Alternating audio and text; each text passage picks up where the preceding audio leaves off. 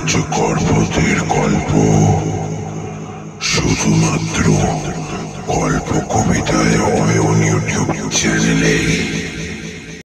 Hello viewers, গল্প কবিতায় অয়ন চ্যানেলের আরেকটি নতুন পর্বে আপনাদের সকলকে স্বাগত। আমাদের চ্যানেলের সমস্ত রকম গল্পের নোটিফিকেশান সবার আগে পাওয়ার জন্য এখনই সাবস্ক্রাইব করুন আমাদের চ্যানেলটি এবং পাশে থাকা বেল আইকনটি ক্লিক করে নোটিফিকেশানটি অল করে দিন। আজ আপনাদের জন্য বিপ্লব বন্দ্যোপাধ্যায়ের লেখা গল্প ডুয়ার্সের ভূত। গল্প পাঠে আমি অয়ন। তো আর বেশি কিছু না বলে শুরু করা যাক আজকের গল্প। আমরা দুই বন্ধু অনেক দিন ভেবে অবশেষে যাত্রা করলাম শিয়ালদা। আমাদের গন্তব্য নিউ জলপাইগুড়ি হয়ে ডুয়ার্স। এমনিতেই দুই বন্ধু, তাতে আবার শনিবার মায়ের আপত্তি তো ছিলই। এর মধ্যে ট্রেন ধরার সময়টা ছিল বারবেলা। এই কারণে মনের অজান্তে দূর দূর ভাব কাজ করছিল। একটা ব্যাগ আর জলের বোতল নিয়ে সকলকে বিদায় জানিয়ে দরজা দিয়ে বাইরে বেরোতেই মাথার ওপর টিকটিকিটা টিকটিক করে উঠল। আর কি বাধা পড়ে গেল। মা বললেন ঘরের ভিতরে ঢুকে যেতে। অগত্যা আবার ভিতরে গিয়ে একটু বসে ফুলিয়া স্টেশন থেকে শান্তিপুর শিয়ালদা ট্রেন ধরার জন্য রওনা দিলাম। ভাগ্যের পরিহাস, স্টেশন এসে শুনি ট্রেন 40 মিনিট দেরিতে চলছে। আমার বন্ধুটিকে এসব কথা যখন বললাম, শুনে সে শুধু হাসলো। ট্রেনের দেরি দেখে দুইজন চা খেতে বসে নানা গল্প করে সময়টা পার করে দিলাম। অবশেষে ট্রেন এলো। আমরা ট্রেনে উঠলাম। ভাগ্য অপ্রসন্ন, বসবার জায়গা পেলাম না।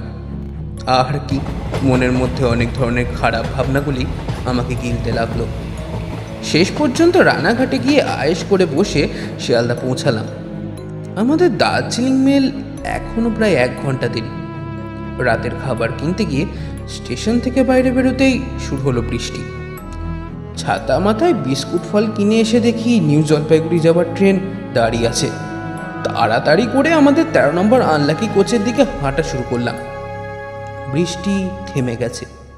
এক হাতে ভেজা ছাতা, অন্য হাতে খাবারের ব্যাগ আর জলের বোতল, পিঠে ব্যাগ। বন্ধুটি আগে উঠতেই আমি পিছনে পড়ে গেলাম। আর সেখানেই হলো বিপত্তি। আমার মানি পার্স পড়ে গেল। আর পড়বি তো পর একবারে ট্রেনের নিচে।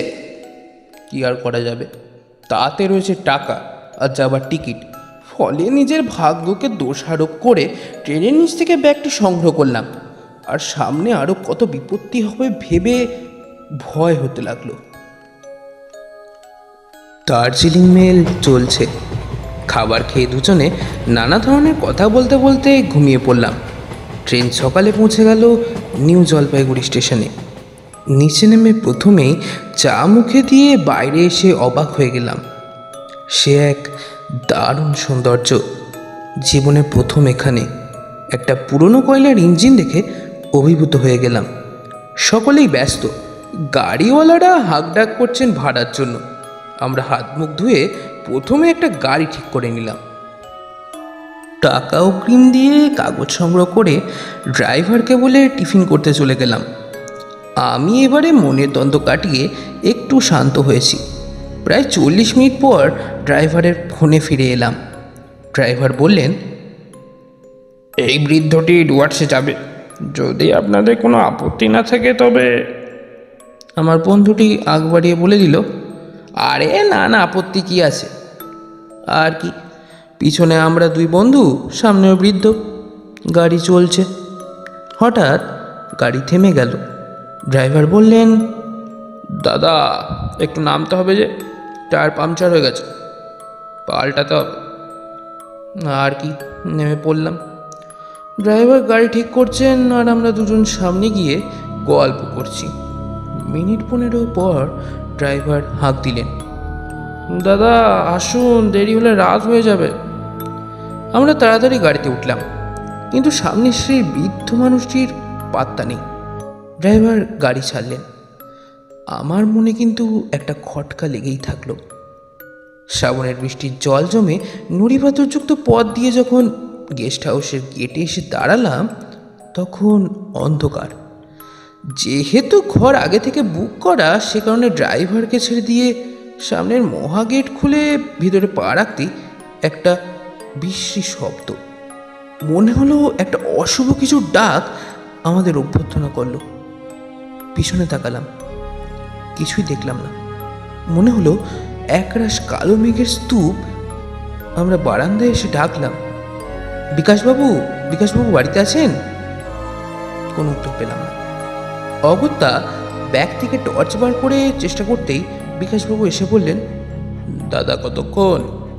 বন্ধুটি বললেন, এই মিনিট কুড়ি। আপনারা আসবেন তাই একটু বাজারে গিয়েছিলাম, দেরি হয়ে গেল, কিছু মনে করবেন না। তিনি দরজা খুলে বললেন, যান আপনারা ফ্রেশ হয়ে নিন, আমি চা জল খাবার রেডি করে আপনাদের ডেকে নিচ্ছি। আর হ্যাঁ, এই ধরুন মোমবাতি, রাতে কিন্তু কাজে লাগতে পারে। বলে তিনি চলে গেলেন। বৃষ্টি শুরু হলো, সঙ্গে ঝড়।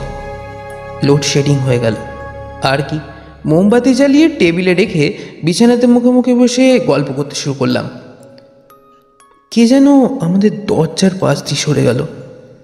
আমি দেখলাম কোথাও কিছু নেই। বুঝলাম মনের ভুল হয়তো। বিকাশবাবুর ডাকে ছাতা মাথায় দিয়ে চললাম।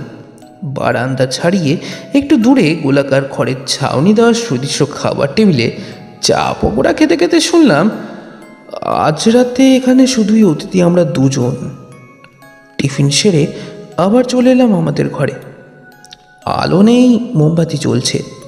ক্লান্তিতে ঘুম জড়িয়ে আসছে। ঘড়ির কাঁটা 9:30। রাতের খাবারের ডাক এলো, তাড়াতাড়ি খাবার খেয়ে শুয়ে পড়লাম। বৃষ্টি আর ঝোড়ো হাওয়ার দাপট কিন্তু তখনও চলছে। কখন ঘুমিয়ে পড়েছি জানি না।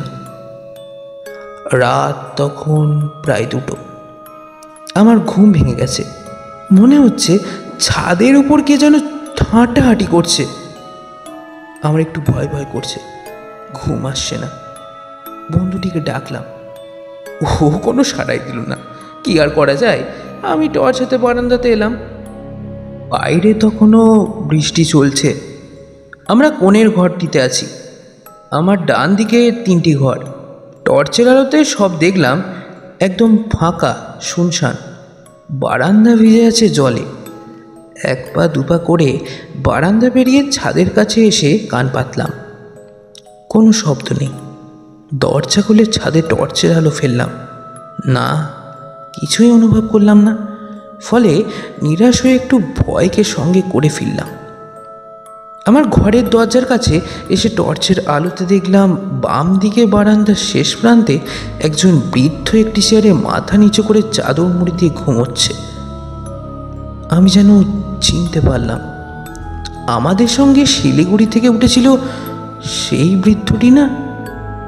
না না, তা কি করে সম্ভব? তিনি তো নেমে গেছিলেন। আমি আমার দরজার কাছে দাঁড়িয়ে পড়লাম। কতটা সময় দাঁড়িয়েছিলাম মনে নেই। আমার ঘোর কাটল চেয়ারে বসা ব্যক্তির প্রশ্নে, দাদা ভেতরে গিয়ে বসে পড়ুন, নাহলে শুয়ে পড়ুন গা।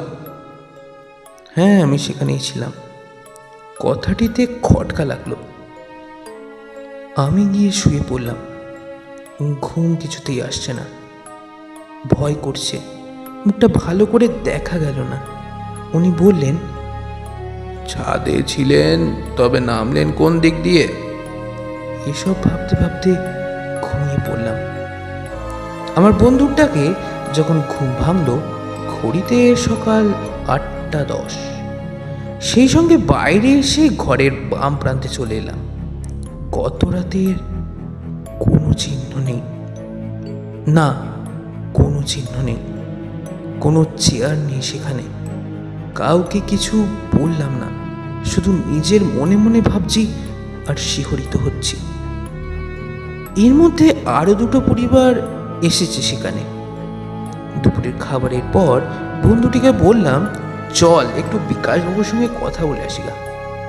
বিকাশবাবু কাল রাতে সব কথাই বলতে বিকাশবাবু চুপ করে থাকলেন। অবশেষে বললেন, হ্যাঁ, আমাদের এখানে একজন পাহারাদার ছিলেন, সে গতদিন রাতে মারা গেছেন। খুব ভালো মানুষ ছিলেন তিনি। আমাদের জমির পেছনে শেষ প্রান্তে তাকে কবর দেওয়া হয়েছে।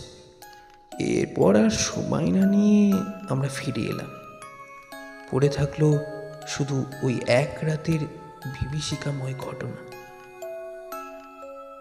শেষ হলো আজকের গল্প ডুয়ার্সের ভূত। আমরা আবার ফিরে আসব নতুন কোনো গল্প নিয়ে। ততদিন ভালো থাকবেন, সুস্থ থাকবেন, আর শুনতে থাকবেন গল্প কবিতায় অয়নকে। ধন্যবাদ।